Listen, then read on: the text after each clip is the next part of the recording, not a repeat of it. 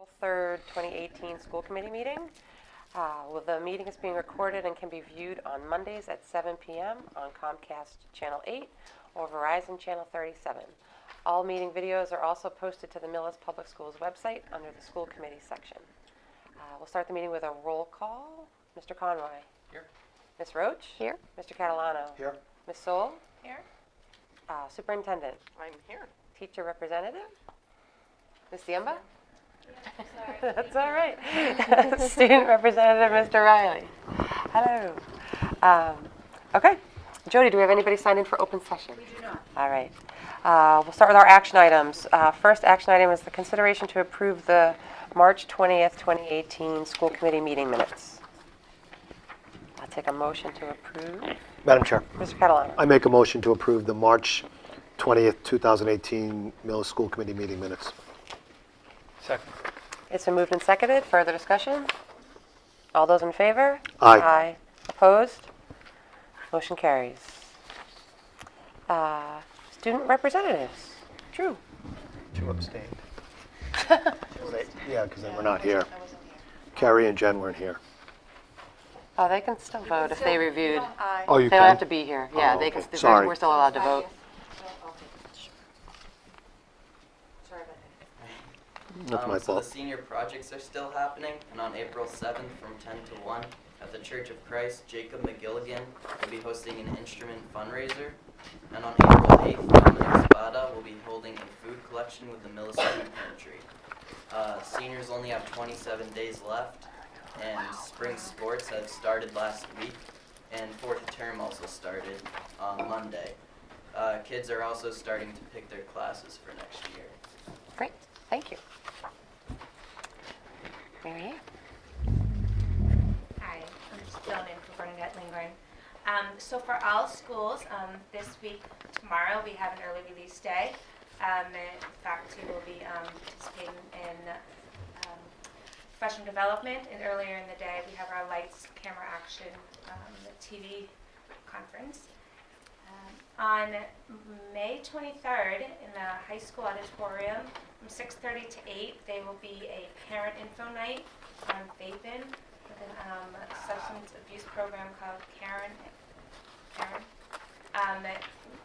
There, they will view a video on school-age adolescents and their devices.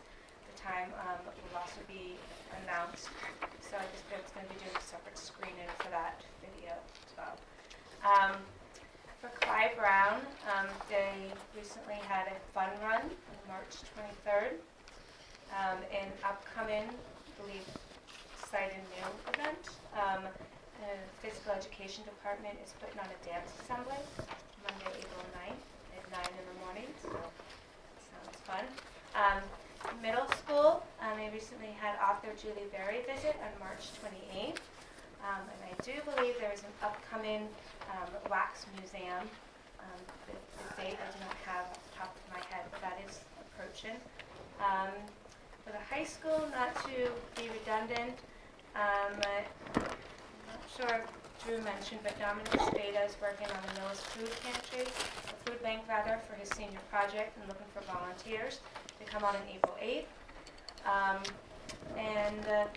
Also, math teacher John Say, along with other freshman teachers, are taking 50-plus students to the Museum of Science next week on April 9th for a geometry exhibit.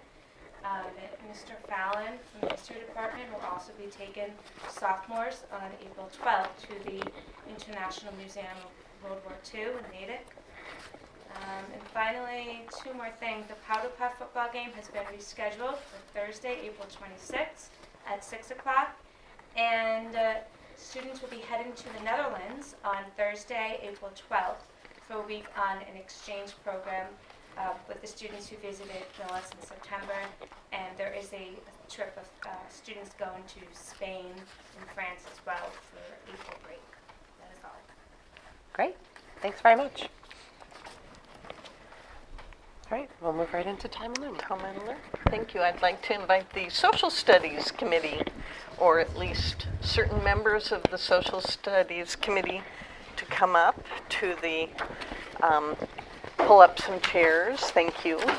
And our Director of Curriculum, Joan Lynn, is here to introduce and explain our process that this group undertook this year. Hello. How are you? Nice Hello. to see you again.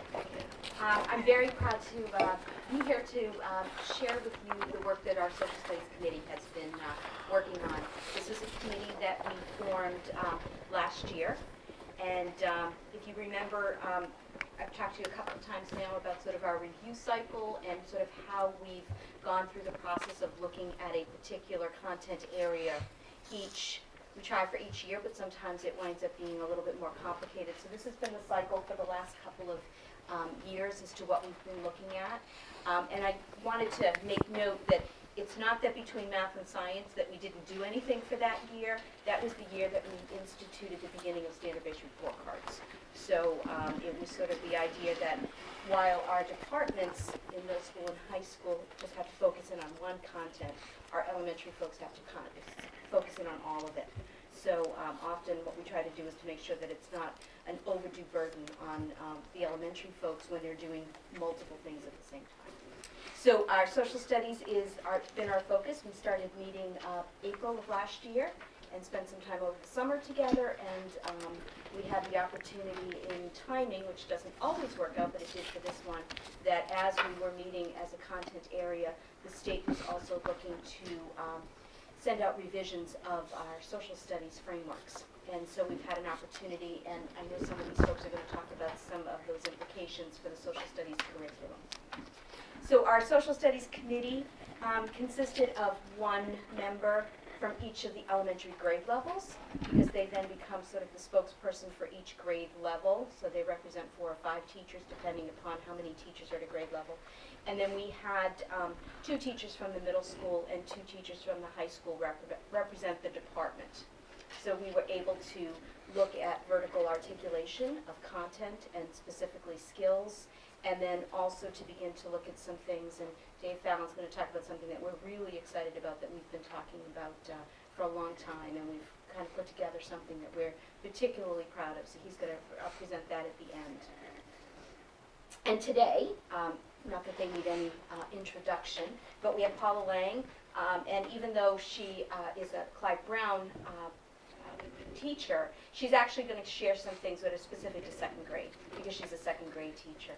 So we've been focusing in a little bit about the changes, and one of the things in the new frameworks has to do with civics.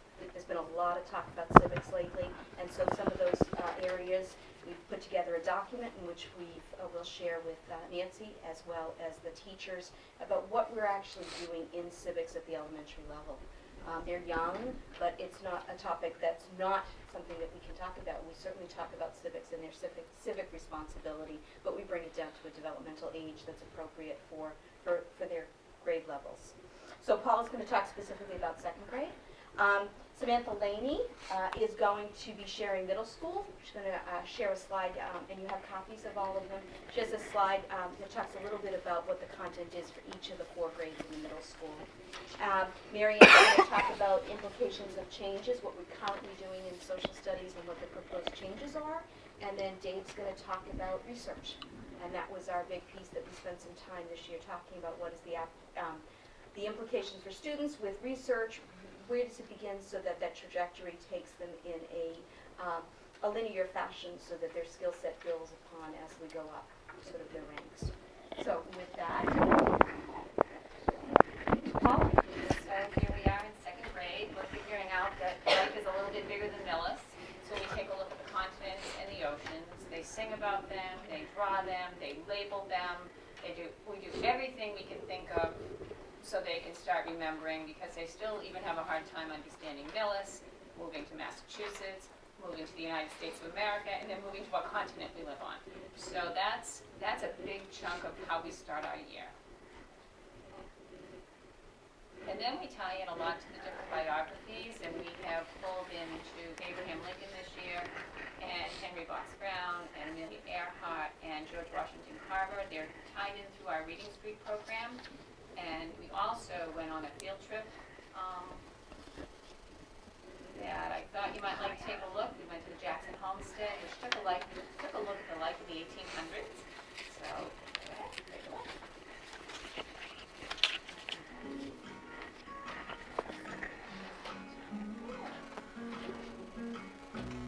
They did a lot of comparing and contrasting while they were there.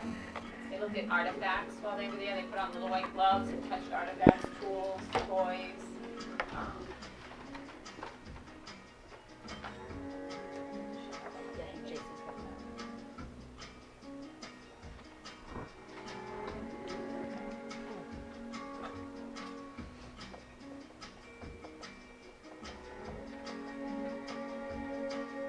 They compared life now to life then. They were looking for differences.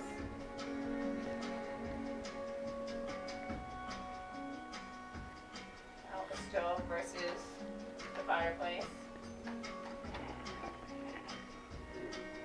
Toys. Put on gloves, touch all kinds of artifacts. That was another toy that was spinning.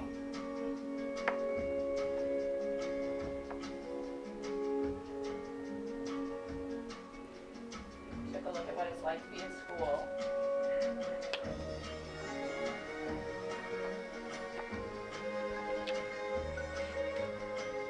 And they're standing on top of a well, which is very fascinating.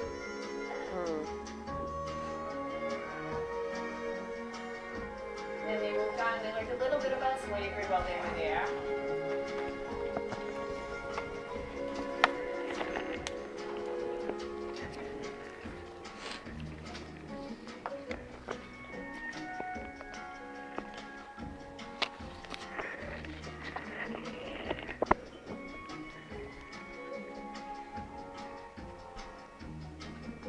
And they were absolutely fascinated and surprised that anyone could even think this way. This is beyond their, and this is the amount of space you would have if you were a slave on a ship when you were coming over, so they got an opportunity to see what it would be like to lie there for weeks.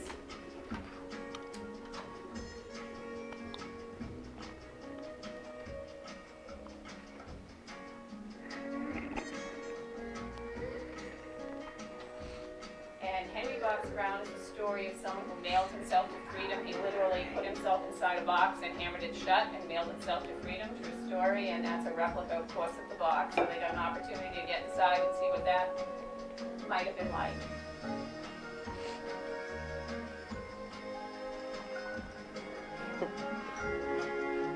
I'm sure every single one had big things.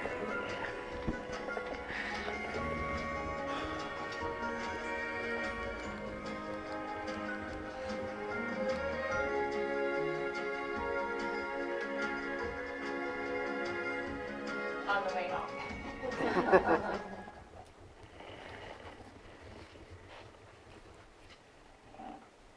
Oh, thank you. I think one of the other things too that I wanted to mention with this is that anytime you bring kids to a location, a place where it's more of a living museum, you can solidify some of those concepts for kids. And some of these concepts are, on the older side. Some of them, wouldn't be something you'd necessarily be talking about with younger children. But I think it brings it to life because we're reading about it. We're reading biographies of students, and we're able to connect that for kids. One of the things that the third grade students have been working on for the last couple of years is really, the teachers have really been looking to figure out ways to enhance our history of Millis. And that's been something where we've had the privilege of going over to town hall, and one of the ladies in the front office has been wonderful in giving them a tour so they can actually go in and see all of those artifacts that we kind of all walk past and we don't necessarily make connections. And so we've been able for the last couple of years to go over there, and so the teachers are looking to figure out, are there places in town that we could do a field trip, take a bus and just ride around town, or is it something where it may not be conducive to actually get them on a bus and drive them around, but can we do something with a virtual tour? So the third grade teachers have been doing that, as well as to develop more of the hands-on, they can actually see what's going on. And it's such a rich area that it's always been wonderful. And they continue to do Plymouth Plantation, they always pick the worst day of the year to go. It's either snowing or raining, and they're trudging through all of the mud and everything else there. So. And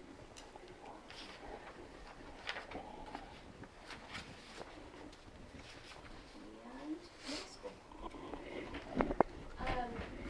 So we kind of have found that the whole middle school curriculum is kind of an overarching theme.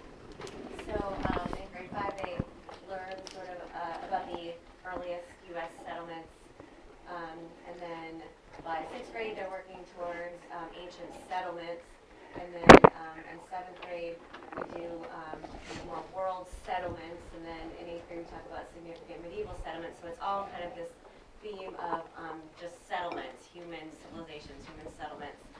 So, and then throughout that, we have 3 kind of strands: history and geography. So we bring that into all the middle school curriculums because they kind of seem random, but economics and civics and government. But the one we wanted to focus on was civics and government. We felt like that needed to be sort of added to. So that's what I kind of focused on was throughout the year we've been adding things to our curriculum. So this is kind of our civics strand, and these are the things we've been focusing on to add to. So in 5th grade, we're focused a lot on words related to U.S. government. So things like who's the citizen, your rights, and federal, and like little words and applying these, kind of getting them to know the early republic and the early United States, kind of getting from the elementary school to a little bit more of the United States, and then and the idea of settlement, but within the United States. And then as they move to 6th grade, they are still on that idea of settlements, but now they're moving a little bit outward more, and into like a city-state, and then separation of powers more, and so it's still kind of going on the same civics, or the same responsibilities and such, but how does the broader civilization spectrum kind of get into that mix? So they talk more about social classes, and they throw religion in, and economy. How does all of that relate to government? How does all of that mix in? And we start to get sort of the broader idea of democracy a little bit in 6th grade.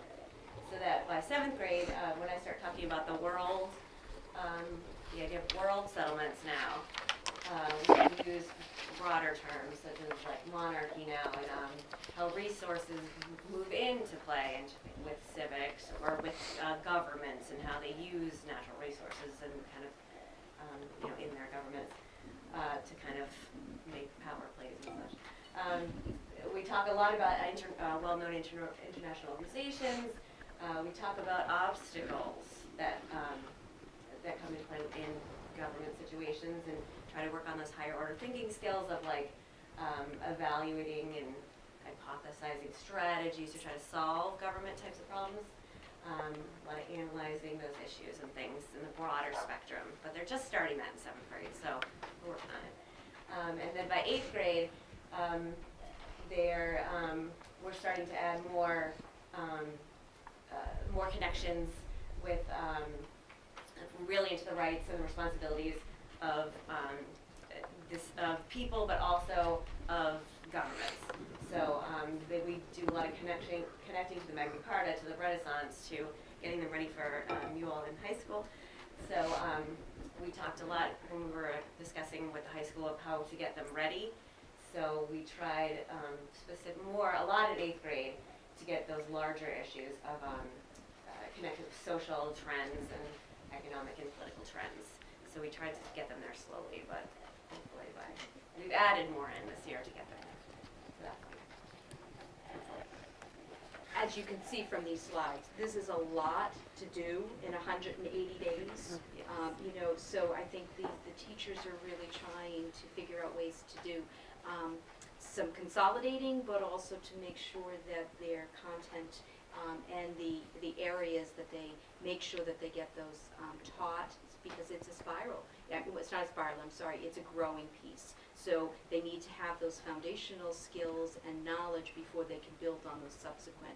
And I think Sam did a great job of pulling it together so you could see. And this is just the civics strand. So this is how civics is being woven into social studies. So it's a lot. And now the high school. So we, back in April, when we first began meeting as a committee, it wasn't the first time we've met like in a vertical team several years. And we, like Joan said, focused on, well, what can we do more of, or what do we need more of, say, in elementary and middle school, so that when they get to Dave and I and Brian, they need to be prepared. Well, it wasn't necessarily that what they need more of, it was we just don't have any time to do what we really want to do. But we were able to kind of focus in, and I think mostly it was economics and research skills for skills. We pride ourselves on how we incorporate civics and citizenship and elsewhere and outside the classroom. But there's always still room to add that in various political systems. So just a little overview. We're fortunate to have a number of different electives that not just speak to history, but as you'll see later that we do offer quite an array, as well as some original courses like philosophy and sociology. So we'll start with our freshmen and sophomores. So currently, for a number of years, we have done U.S. history from 1763 to 1865, which is the end of the Civil War, and we are expected to also include Reconstruction. Now, if you look at Reconstruction, you could, say that, oh, you need to go up to the Plessy v. Ferguson case, which is 1896, but we don't actually cover any of that Gilded Age, that, rise of big business. And as someone who's been teaching 9th grade for 12 years now, it is very difficult to even get up to Reconstruction. And I think that's one reason as a history teacher and a historian that I want to cover as much as possible. But even just given the 180 days in the structure of a school, it's not easy to get everything in. So the new framework, the proposal, actually added a section of Dave Fallon's, which would be the US 2, into US History 1. And we kind of gave it looked to us that it takes us to the end of World War I, the Treaty of Versailles in 1919. So that would mean that they're adding, and they call it the Rebuilding America, Immigration, Industry, U.S. Expansion, Progressivism, and World War I. So they would take that away from the sophomores, so then by the time, the end of 9th grade, their expectation would have been, obviously get through the 19th century, the area of isolation thanks to Monroe Doctrine, westward expansion, and then also incorporate this new imperialism and global contact. So that to me, and I think Dave and I both, we were almost bewildered, like how in the world could you possibly expect us to do that? But anyway, if you notice, but Dave doesn't get off the hook because currently he would start from Reconstruction up until the present, which I think Dave can speak to that. If you consider 1970 as the present, then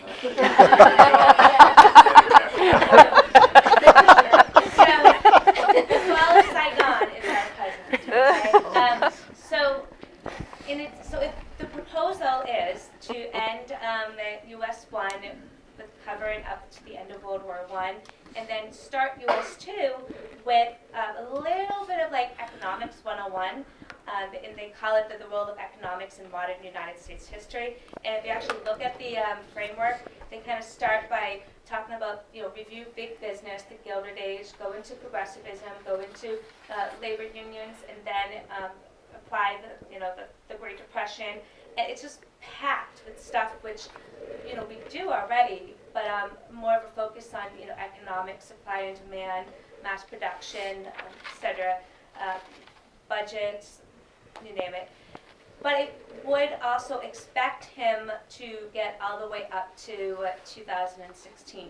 So that would be at the beginning, so like in September, and then by June, he would have gone up to global American conservatism, terrorism in the Constitution. So basically, touching upon the late 20th into the 21st century, and ideally that would be wonderful. You want to obviously teach students post 9/11, world as we know it today. Also, some of the incredible primary sources. President Barack Obama's inauguration speech. In addition to that, too, just the number of different acts that have been passed, Supreme Court cases, and it takes you all the way up to the election of 2016. So while we were given the task of writing, as a department, a feedback, I guess, to the Department of Elementary and Secondary Ed, that was one thing that we as high school teachers had indicated, that we feel it is a bit ambitious, and we thought if we proposed perhaps, ending our proposal to them. So our feedback was possibly ending US 1 at big business, and then kind of separating. So, for example, US 1's focused a lot on, internal affairs, domestic, manifest destiny, Civil War, and then kind of, 20th century US 2, America and the global world, and so forth. We'll see if they like our letter. Hopefully they do. The committee wrote a letter on behalf of the committee, and so it was submitted during that feedback time. And each of the teachers contributed from their perspective, their grade levels. So it was well done, and I applaud the committee. Mary Ann took lead in getting it out to them and made sure we got it in by the deadline. So. Yeah. Dave. So one of the things that we always look at and we're proud of is the number of electives we offer.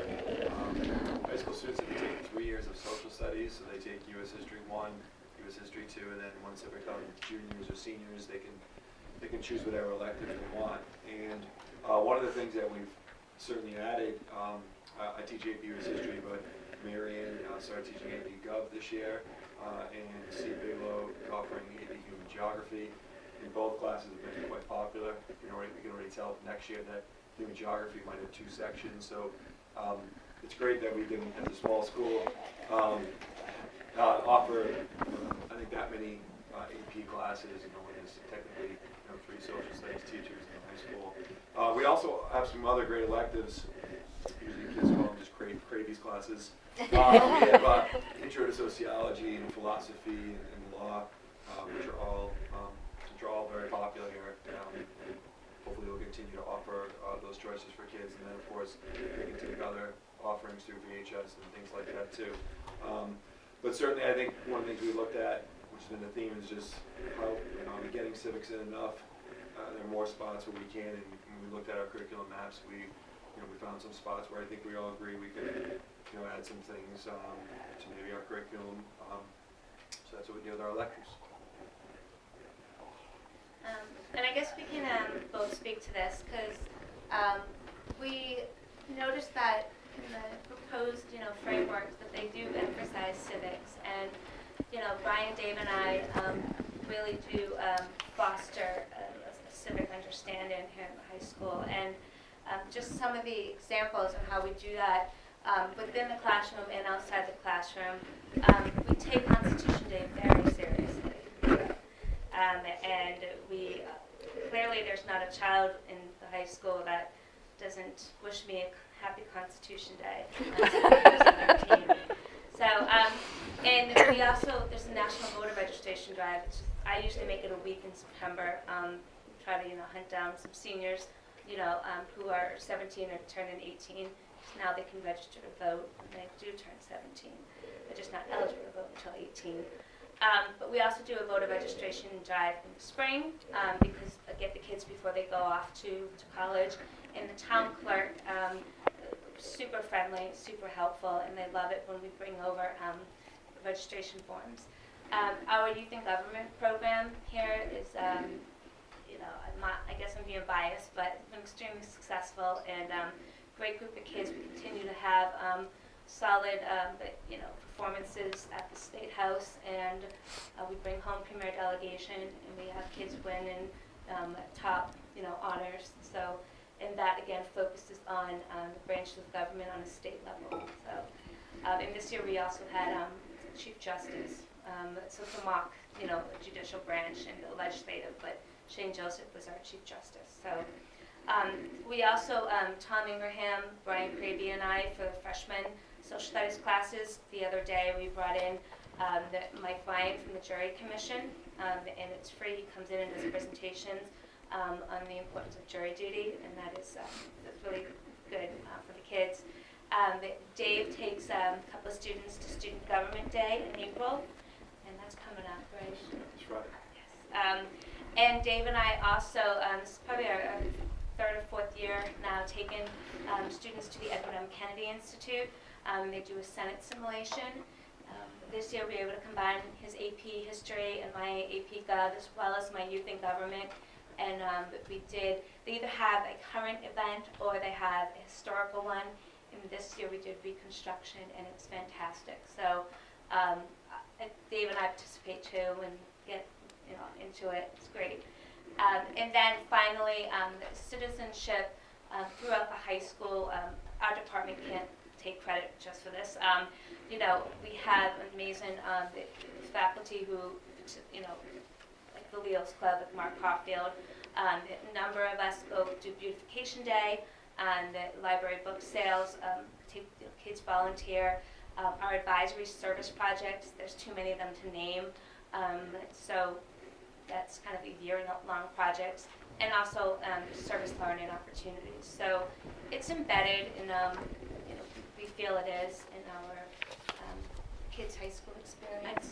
I just want to speak to the middle school too. We do the same types of things too. We have a lot of, we do a lot of like types of projects too, where we have different committees. Like the leadership committee always does different things for. We do the walk. We do a different walk. We do a whole bunch of different things for service learning, and we also do we're doing a mock trial. In June. We did the John Adams Courthouse last year, and we're going to go again and do to a different courthouse. We have a couple different options. We're going to actually do a mock trial. So we also are looking into the same types of, to get a little more involved in the government of everything too, even at the middle school level. So. And we talked about in committee about having a civics day. And so we had talked about picking a day, a meaningful day, and using that. Ariane had some passion about some day in May. Bob Mullaney, who's also a history guy, he was passionate about May Day. So we were talking about doing something for the whole district as a civics day. All right, and kind of one of our, side projects that we also worked on is we talked a lot about research skills. And with that, we developed, I think it's included in your packet that you have. But I'll briefly just kind of explain how it works. So naturally, kids learn research skills here at Millis, K through 12. So our question kind of, I think sometimes as teachers is, when a kid walks in your class, what type of research skills have they already been taught? Do they know how to do an annotated bibliography? Wait, they do that in 8th grade, 9th grade? I'm just trying to kind of figure out when those things are done. At what grade do kids start to peer edit, or what grades do kids start to self-edit? So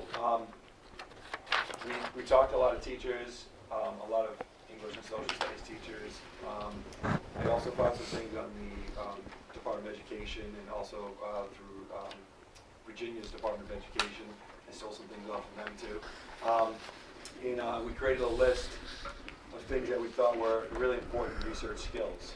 And the key is not explained up here, but essentially the first stage of any skill would be, the TL would be the teacher librarian. So, the teacher models what the skill is, and maybe that's as far as it goes. And then the next would be you introduce the skill, and certainly you practice, and then there's an expectation that, listen, we have gone over the skill, I know you did it last year, and then of course lastly would be the step where you master a skill.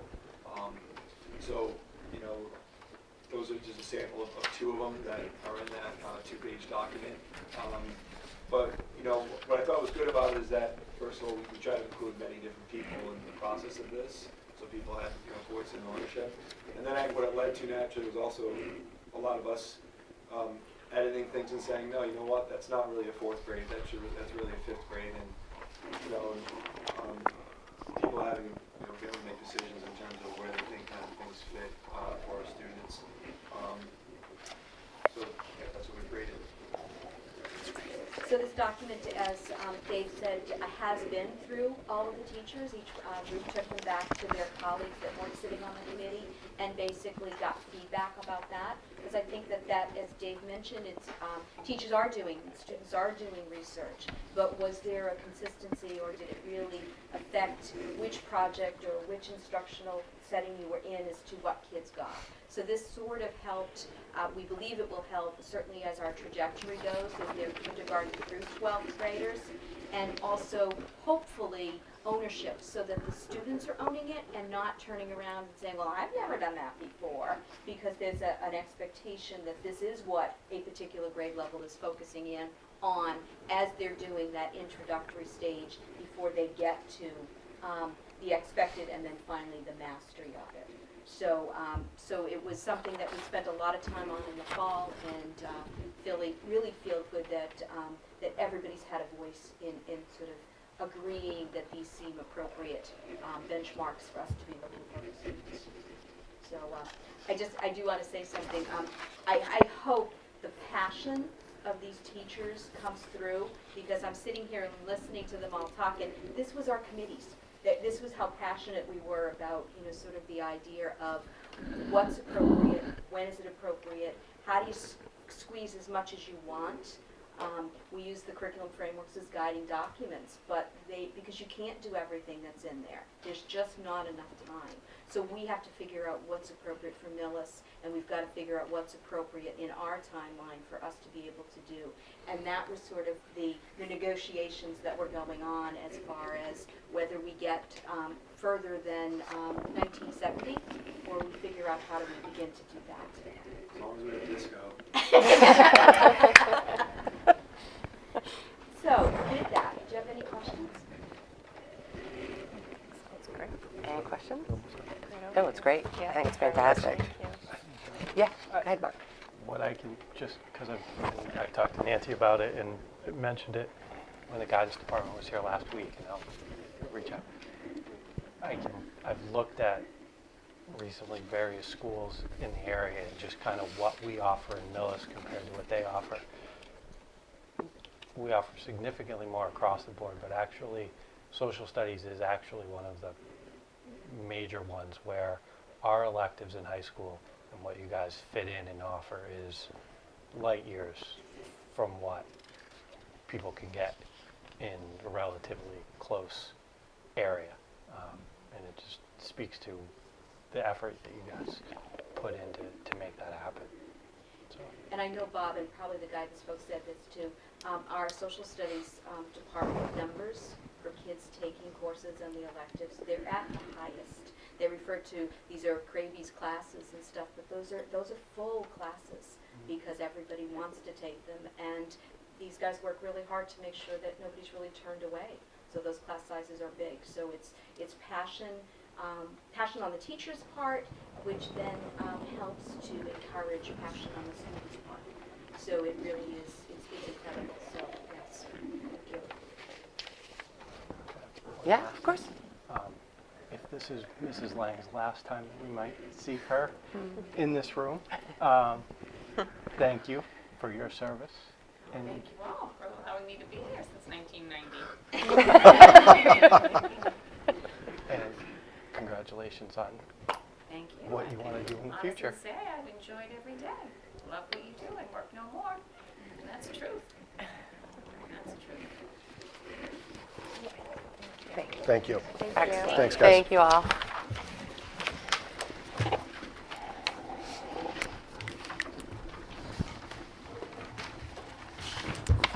Okay. I think, if I may just comment,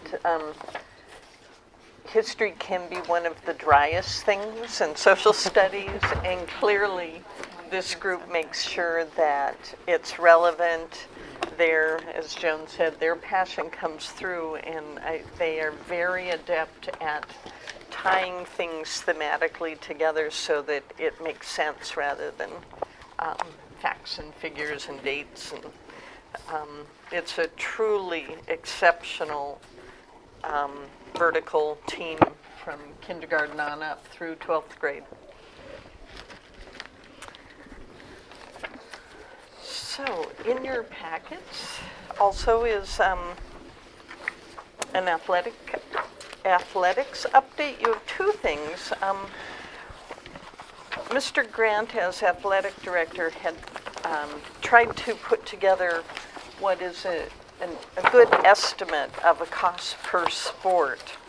But we realized as we got into it that there's a lot to it that is hard to capture, that is on the total cost sheet that is I included as well, because for example, the custodian that gets charged to athletics, the ticket takers and game officials, etc. So the two together, I think, provide you with a picture of athletics in Millis. And as we went through this, we were a little surprised at some of the findings when we divide the overall cost of providing a sport by the number of participants. It became very clear to us, though, that the number of participants you can have in certain sports, because you can have unlimited numbers in track and field, and we have many participants in soccer as well. That makes the cost of running the program per participant much lower, whereas certain things, golf, volleyball, and even basketball a little bit, are a higher cost per participant. So I know Mr. Catalano also had, Mr. Conroy also had been doing some work on this. And I think the overall, in talking to Mr. Grant about this, the other comment I want to make is there are certain sports that do pay higher fees than the $260 per sport. We do have a family cap of, I think it's 4. If you have a family, you do not pay more than 4 fees per year. So hockey and gymnastics and things like that, hockey especially, has a much higher cost, and that is only because we cannot control the cost of the ice time, so that families participating in that sport have a higher cost than the $260.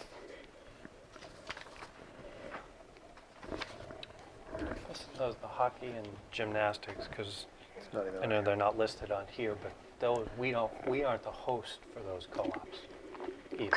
Currently, we don't have enough only Millis students to have an only Millis team, so it's a co-op team. Right. So, but we don't dictate necessarily even Correct. what those fees And are. they are self-sufficient. The fees that parents pay cover the costs of the program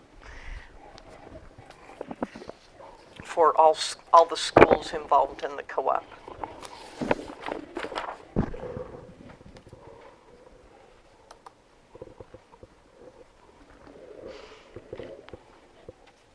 So we had requested this information and the breakdown from Mr. Grant to support at some future date a discussion about the fee-based programs that we offer.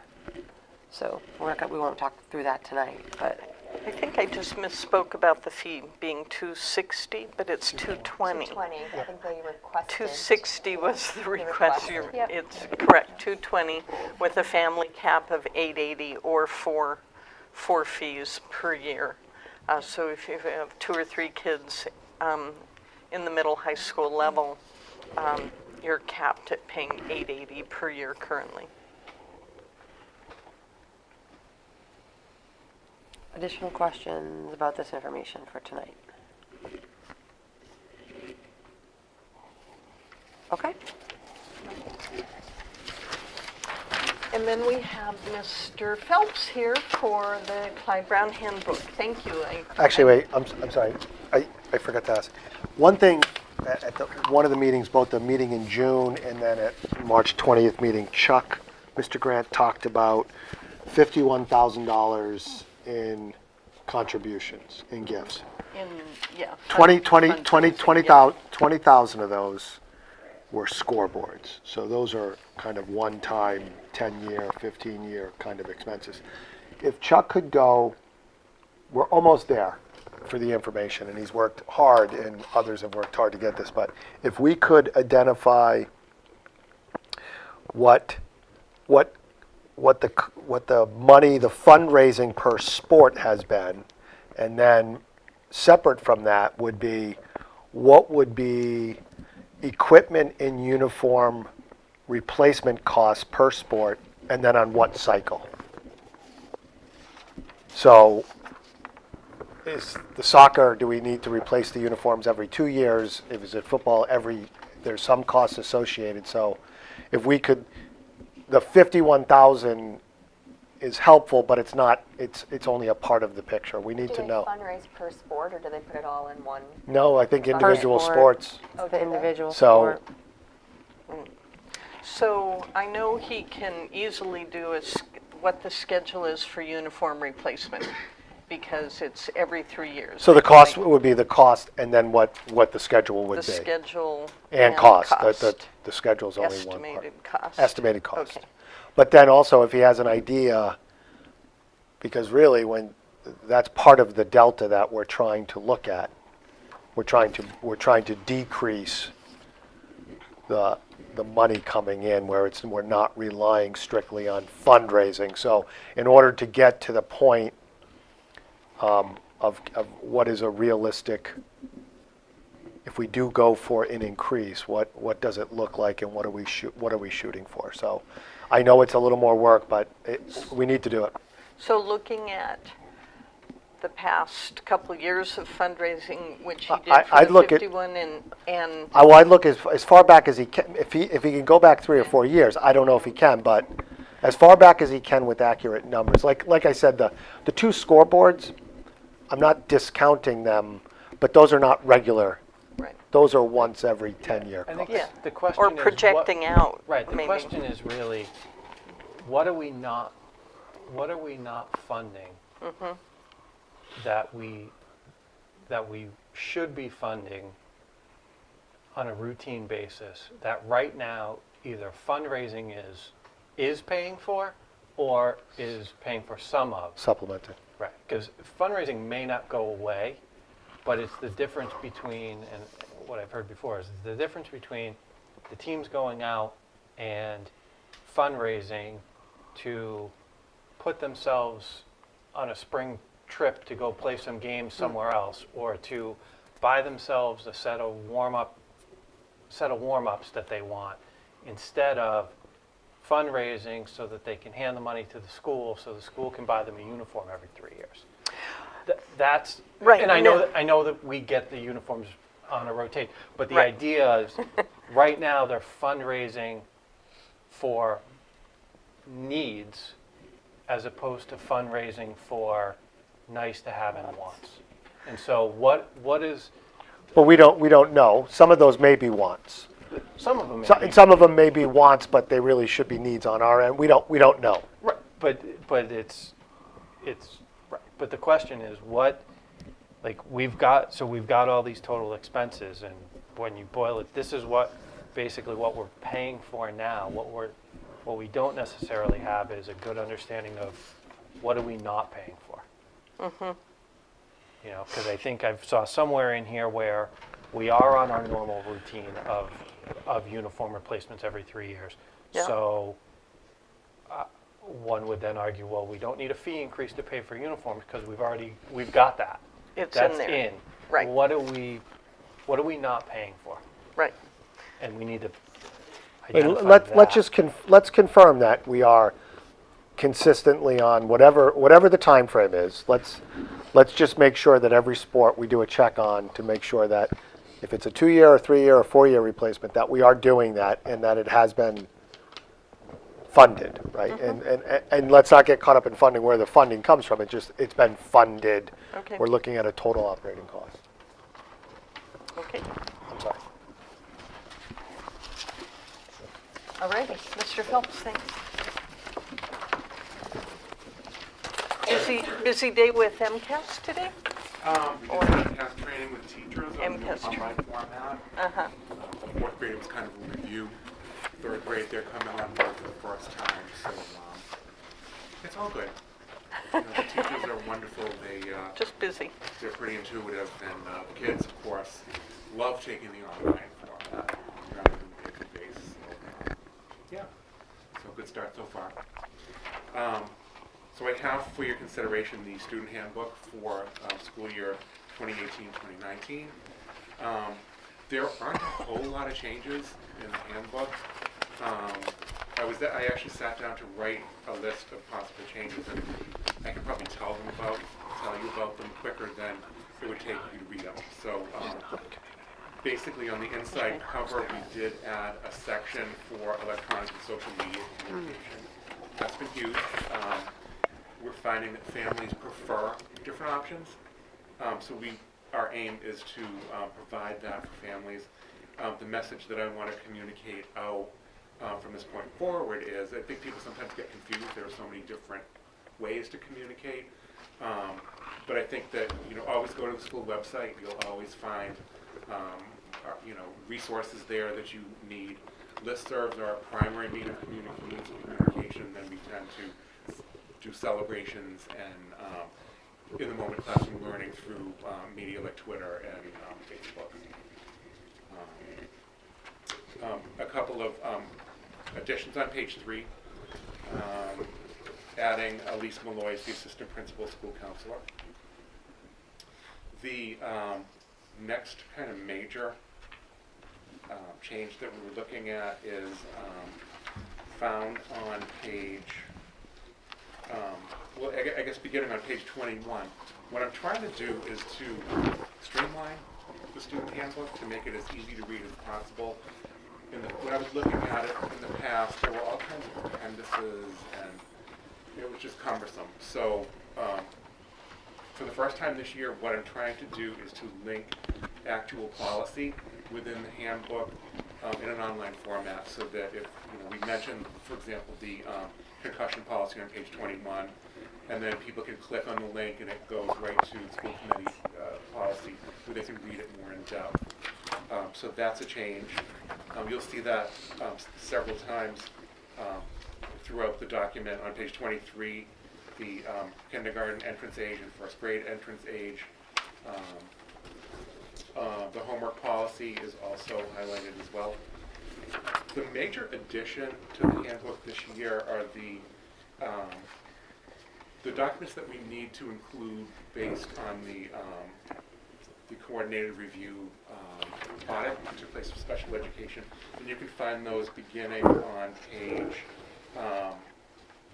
27, 28. We've always had the non-discrimination statement, but we've made some changes in light of the wording changes that have happened in the district. The new pieces are the inclusion of the bullying prevention plan in its entirety. In the back, on page 28, 29, the pieces that deal with a more active approach to helping parents to understand the bullying process, what to do if you have questions. So those are all new pieces, but they appear, I believe, in all of the handbooks for consistency. The other piece that's new is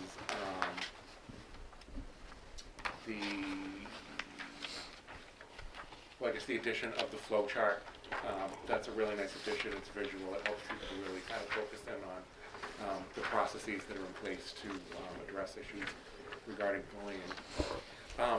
That's basically it. Those are the changes. My goal between now and over the summer before school starts is to really take a look at the digital version of the school handbook and kind of contrast it with the table of contents so that it's much easier online. For example, if a parent was looking for school day general procedures, they would go to that, click on it, and that section would pop up. I think anything we can do to streamline it is better. You know, we'll always keep hard copies in the office, but I think that, you know, this generation of parents is used to digital format. They're looking for that, and we want to be able to meet them where their needs are too. Excuse me, any questions for Mr. Phelps on the handbook? Makes sense. Thank you Makes very sense. much. Thank you. Good. Quick to I vote. do believe we take a vote, yeah. Oh.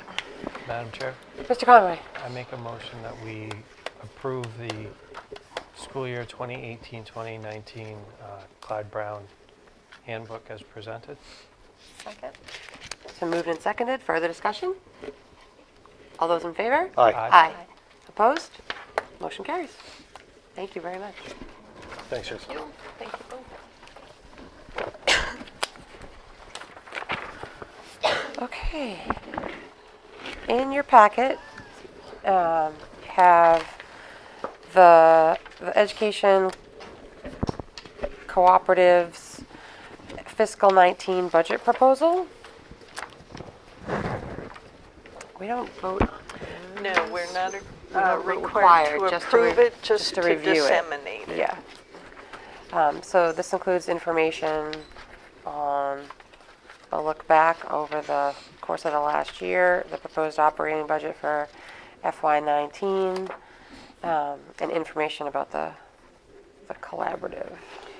And we are reducing this year again fees? I don't actually Madam know. Chair, if Yes, thank you. the tuition is going up by 2.5%. We only have one student in the tech collaborative at this time, but the fees, membership fees are staying the same. They were reduced slightly last year, but membership fees stay the same this year.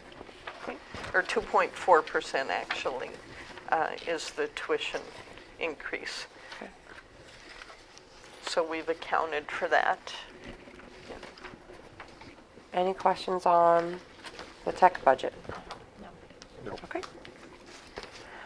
And then the second item is a capital planning committee, and there was a bylaw that was drafted and distributed to the committee via email. So Carrie, can you give us Yes. thank you.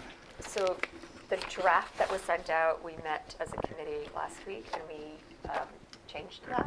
We made some edits to that bylaw. The final version does have in it stated that there would be a permanent member of the school committee.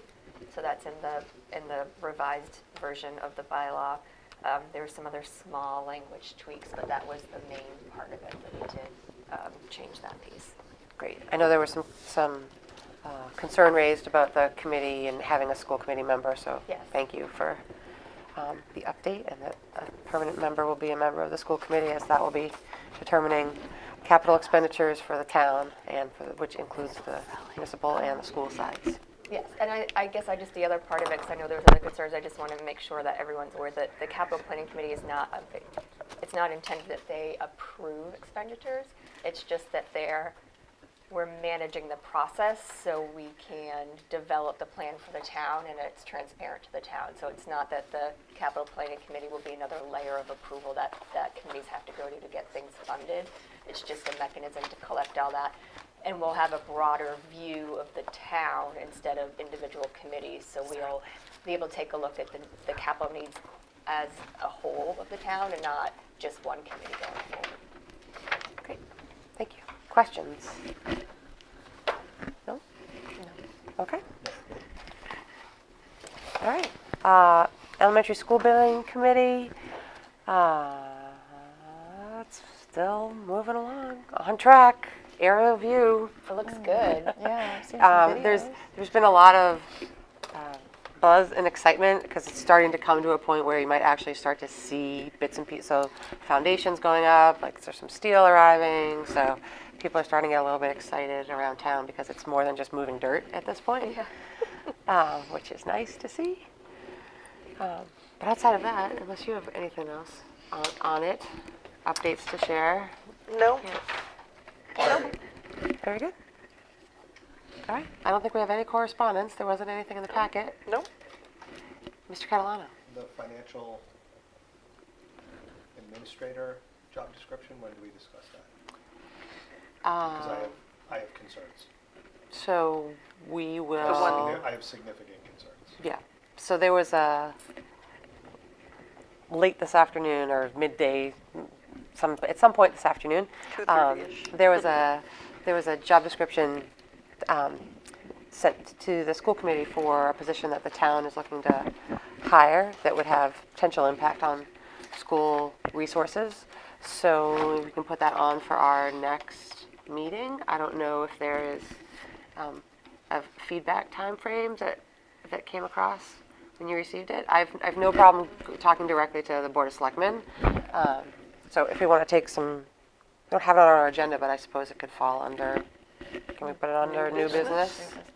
Can I make a new business? Do we have to make a new business? What's the process for making something? It's an They excellent sent it to question that I us. don't know the answer to.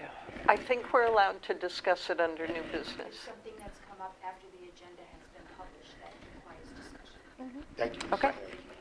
All right. Mr. Madam Chair. Catalano. Others may be at a disadvantage, but I took a quick look, and it is a long document. So I will clearly, I did a quick read. But this is the Director of Finance. So it's going to be in the Administrative Services Department of the Finance Division. And it's the Director of Finance is the Chief Financial Officer of the town, okay?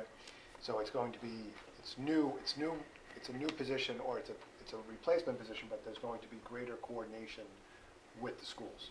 Proposed. Proposed. I'm sorry. Yes. And therein lies the question. So it says, under supervision, that this person reports to the Board of Selectmen, but on a daily basis works under the administrative direction of the town administrator and in accordance with the statutes of the applicable Massachusetts general law and local ordinances. Then it says in paragraph 2, directly supervises Deputy Finance Director of Schools, Town Accountant, Director of Assessing, and Town Treasurer.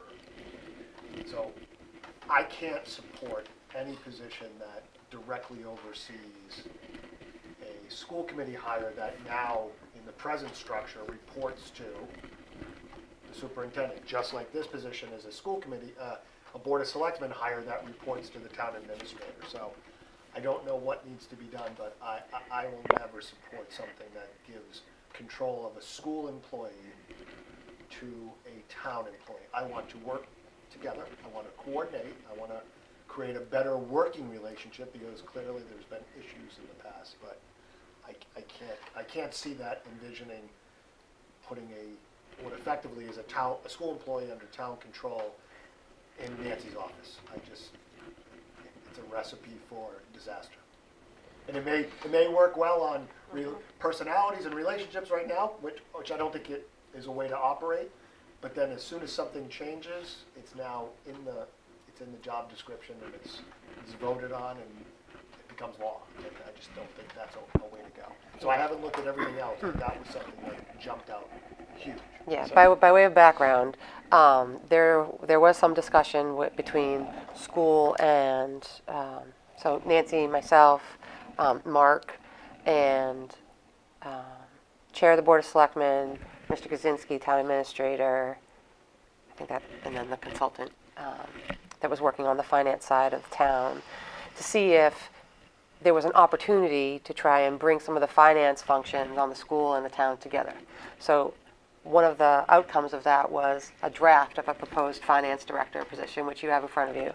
And then at the same time, we proceeded because school has a financial position to hire as well. So we've moved along with that role. So this latest job description, and I'm just doing this for the benefit of anybody watching, this latest job description differs a bit from some of the previous conversations that we've had with the town.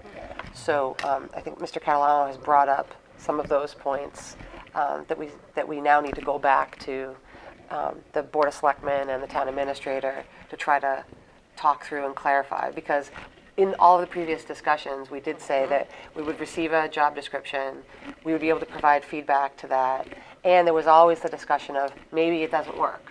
So maybe it's an option that we can't find a way to make it work right now. So on paper right there, what we have was sent for our feedback, because we are a part of that process, which we will certainly do. But But I think that's a huge sticking point, that there's probably the rest of it is probably makes sense, and there could be some tweaks, but that is something that I don't think we should wait I 2 agree. weeks to get No, I agree. to get back to them, just to start that whatever yeah. negotiation and Yeah. kind of consensus building on how do we meet, because that's not meeting. And the question I would ask the committee is, it was a proposal that was absolutely worth having the conversation to see if it could work. There were a lot of things that came out of those discussions, like getting access to the Munis financial system that the town works on, and being able to consolidate the AP and AR functions. Not now, but at some point in the future. So it really set a foundation for being able to streamline the financial functions at both the school and the town side. Where we are right now, I don't know if we can find a way to make that higher level financial position of the town work to fit both town and school needs. But there was certainly a lot of constructive conversation regarding all of the other functions, that we think that if we can continue those conversations, that we will have some efficiencies and cost savings and just ease of process that will play into all of it. Madam So, Chair. yeah, Missile. Do we know if this, I know we talked about the town of Barnstable as being a reference point with this type of a structure. Do we know if this job description matches the way that it works in Barnstable? We don't know anything yet. Okay. So literally, this came mid-afternoon this afternoon. We haven't responded back. Okay. We haven't had a chance to talk with them That's to a see. question, if there, or any other towns where they have that structure, if this mirrors, the job description. And then I did reach out to the school committee chair in Barnstable, and I think it would be helpful to have a list of questions for him to react to rather than just call and pick his brain, because I get the sense that he would like to speak to some other people in town to get their perspective and not just his perspective on how that position has worked. So, Okay. and his other school committee members. So I think if we had a list of questions for him to react to, would be helpful. Madam Chair. Mr. Conway. So I read through the job. The rest of the job reads collaboratively and okay. Everything speaks to the role is responsible to respond to requests and directives, may not be a great word, but by not only the town administrator, but the school committee and the board of selectmen and the superintendent. The rest of it reads okay. I agree with Steve on the direct oversight of the other. My other issue is without some type of reporting alignment of that role to the superintendent and or the school committee, I can't. That doesn't work. It's the whole gist of the conversation was that there would be some Yes. reporting and accountability. If this was going to be the role, as I believe is what it should be, this is the role that oversees the entire town financial process, that the superintendent and the school committee indirectly, but needs to have some direct line for oversight, review, performance review, et cetera, and that is completely not there. not up there at all. Right. As a school committee, we approve budget. We approve how dollars flow related to the school, and Right. if there's no connection to that finance position, there's a disconnect there. In all of our conversations, there had been discussion of hiring and supervision authority being joint with the town administrator, the superintendent, and of course then I think it also has to recognize that, yes, Board of Selectmen are the committee or the group overseeing town finances, but school committee needs to be listed as overseeing school finances. So it is different than our previous conversations. So I said this the last time this came up. I like this idea, but I also, the reality is dual reporting to tutor is so incredibly hard. It's a rarity that it works. On paper, and the idea always looks good and has nothing to do with the individuals. It's just the nature of business and the nature of administration. So I want to see this work, but at a minimum, even if there is no reporting or any, we need to work better with the town finance people. And I'm hoping with the change in personnel and on a couple different levels, that'll get better. Even if we don't sign something on the dotted line, it would be nice if we could kind of formalize it and structure it in a way, but we got to do what's right for not just the school committee, but what's right for Nancy and what's right for our finance and our business. I know we're not calling it a business manager, but the business manager position. So for next steps on that, so Nancy and I will connect and then follow up with the town administrator and the chair of the Board of Selectmen. And my understanding was also that it was going to, that the draft of the job description was going to read, could also include, to make it easy to pull it out, because it wasn't a given that it was going to be something that was going to encompass both the town and the school. So as Nancy mentioned, it's a bit different than the conversation we've had to date. So we'll have that conversation. We can send a general update via email and make sure we, I don't know what the time frame was. Initially it was at some point in March. So, and with timing being what it is, they're a little bit behind the 8 ball as far as getting it posted and trying to get position, like candidates in and all of that. So we'll move quickly. I still think they can still move the process. The position is the position. No, Some of this is governance. But they have to, they can't cannot post post it that as way. written. Right. Oh, so this is the posting. Right, exactly. I'm sorry, I stand right. corrected. So we'll move quickly. Oh, yeah, Yeah. you're right. Well, they can put it up, but It'll have to change. Because without, based on the information. Yeah, we Nancy have to had from vote it. Andy Waugh, they can't assume responsibility of that director, business manager role of the school department without our explicit vote. So they can post that. It's null and void, though, as it relates to the school department. Or it would have to be revised. Well, yeah, they can. Not the whole thing would be, rewrite it, right. But they can't. You're right. I didn't know that unilaterally. they'd have to. So while we're on the topic, and because we're going to go in and have these conversations, is there a way that we would all feel comfortable with the current, with that draft amended in such a way? How would we change that draft?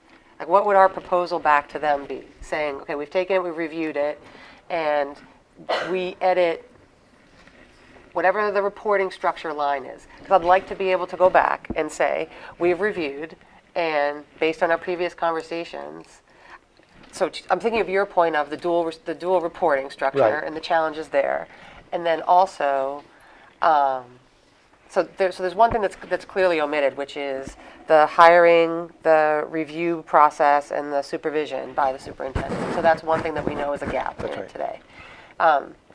So for the part that I brought up, and this is not job description worthy, but I think it would be in coordination or in cooperation, whatever, with the superintendent, help manage the finance director, right? I mean, there is a piece of this person is Yeah. supposed to be a finance director, but it's not a solo position. So however we word it, Yeah, right, I'm just right. saying, Just I see a get the joint point in kind of supervision where, Of the finance director and sole supervision of the no, I'm deputy. saying I think there could be assistance to help to coordinate with Nancy of the supervision of this person.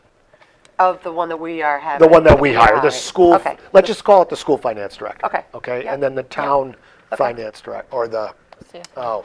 the CFO. Okay. So I could see, and I'm just throwing this out Yeah. here, I could see that the CFO could assist Nancy in supervising from the technical side and kind of the financial side, our employee. But they wouldn't have hiring and firing, and they wouldn't, it's still, by law, that position is a school committee, by the same kind of law that Andy's giving us. It's a school committee hire. So we can't change the law. But we want them to use their expertise to help manage our finance operation. But So it's still, they would counsel but not manage. Something like that. Something- to that. Something Yeah, like yes, that. I'm not trying to solve, No, but I'm just trying to get the no, that's the why I said spirit it's, of the- that's what we're trying to- that's what I'm Okay. thinking. So in collaboration with I the don't know. It superintendent, depends on- helps oversee the school's assistant finance director. Is oversee a good word rather than supervise? I kind of like to counsel. Are you all comfortable with reports to the Board of Selectmen, the CFO? Well, that's the other piece, that's Mark's piece. I'm not. I think that's I'm not in a sole, Bylaw. as the sole, I as think the that's sole the- report. Nancy just said it, I think it's right. That's the way the bylaw reads right now, is that position. So it's a have to town change the bylaw bylaw, changed yeah. in order to change that reporting structure. So they could even, I would be okay if that was the sole, as long as there was an acknowledgement that there would be some collaboration, some accountability, because it says day-to-day to the town administrator. It doesn't say, have any mention of the superintendent. It doesn't, I would be less concerned about that and less concerned about having the school committee be mentioned as supervising that role if the superintendent was noted to being equivalent to the town administrator as it relates to the school department's day-to-day functions. Yes. Okay. And that's it's- exactly what we talked about. That's Right. actually It- exactly what we talked about It's previously. almost carving it out to explicitly say, you know, the town administrator manages the day-to-day as it relates to the town department functions, but the superintendent oversees the day-to-day of the school department functions. There is a section here at the bottom, it says interacts as a member of the senior management team of the town to actively assist the town administrator and school superintendent in research, development, and implementation of policies and procedures affecting this department. Right, and other- Everywhere throughout the rest of the the document, beginning. it says, works in collaboration Okay. with all It's those just people. that supervision section. Well, it also, but it says it coordinates the operation of the division, including both the town and school accounting, budgeting, treasury, and assessing. Supervises, trains, evaluates performance, and disciplines the supervisors of the various operations within the finance division. I don't know if we're included in that list. I don't know if we're called out of that. Yeah. But we're not going to give that, we're not going to give supervision and discipline to this person. Their input could help in Nancy's evaluation of our employee from a technical expertise piece. Has Andy seen this job description? And No. if not, then could he maybe see it, understand our intention, and then Yes, that's a good revise point. it? And I understand from Andy, our legal counsel, that not only do the Board of Selectmen need to vote to have joint, the word wasn't jurisdiction, but joint, a combining of school and town functions. I believe there has to be a vote by the selectmen and a vote by the school committee that we vote to join to have a joint position, and that we should always have the ability, either side has the ability to dissolve that, which is important because if one side's unhappy, then they can vote to dissolve that relationship. It says that we draft language so that both school committee and town meeting can approve, Oh, town meeting, yeah. or Yeah. maybe the town side, both school committee and the town can approve the consolidation of the financial services of a joint finance director for town and schools with the provision, maybe it is a town meeting, with the provision that this can be revoked by either the school committee or town if it is deemed to not be working for either party. Yeah, yeah.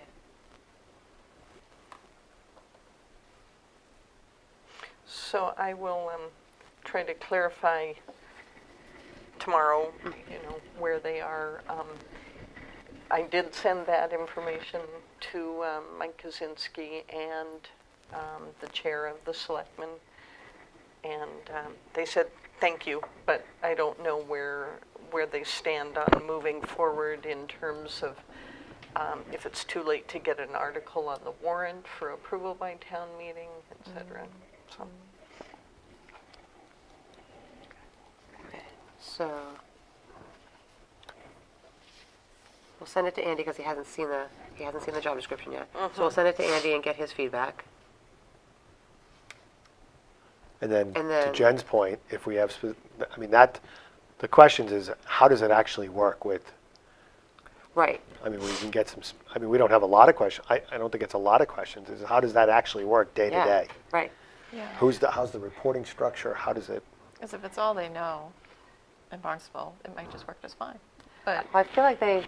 So didn't she say it's been in place for like 10 years or something like Yeah, that? 10, 11 So years. if to your point, if those folks have been around or were within that 10-year period, not prior to, like you Right. said, they might not know the before and after. right. But I They'd would be probably curious to see, understand, if what their, the I- pros and the cons of it, what works, what they what like doesn't. and what they don't. Yeah. I have some questions I had sent to the superintendent, and I can, as a starting point, send those to the committee, and I'll keep trying to reach that superintendent.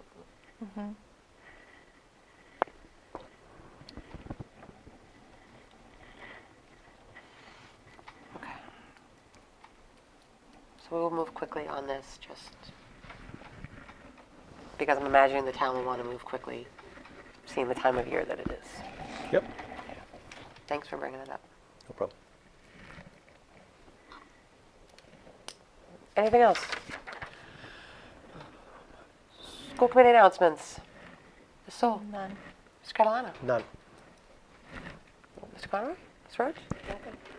Superintendent. No? Okay.